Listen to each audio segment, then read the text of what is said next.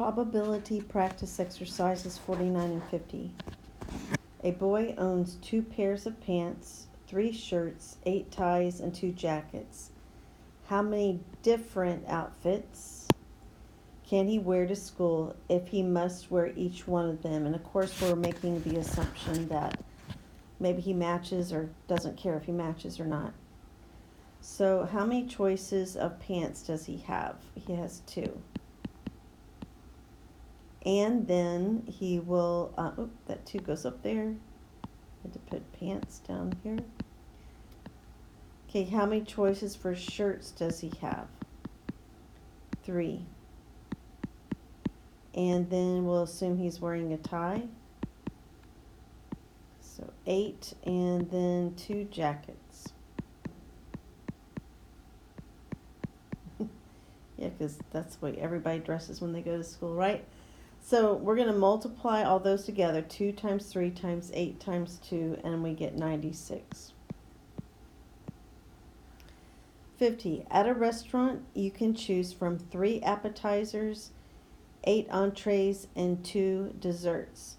How many different 3-course meals can you have? So again, we're making an assumption you're choosing one item from each.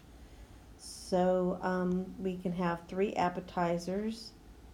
We can choose one, from 3 appetizers, 1 of 8 entrees, and we have 2 choices of desserts as well. Okay, so we multiply those across and we get 48. So that's all the different choices we could have. Remember when we did the tree diagram?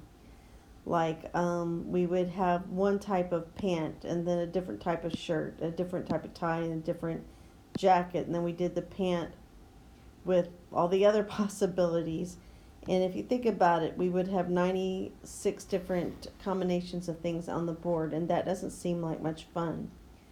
Same thing here with the appetizers. We have 3 different appetizers. So let's say breadsticks, that artichoke dip that everybody just seems to love, and some sort of chicken wing or what have you. So you would have to do that, the breadstick appetizers with the 8 different entrees and then the 2 different desserts on each one of those, and we would have 48 listings. Again, a good time would not be had by all if we listed them. So it's so much easier to use this particular property and just multiply them out to find the number of ways.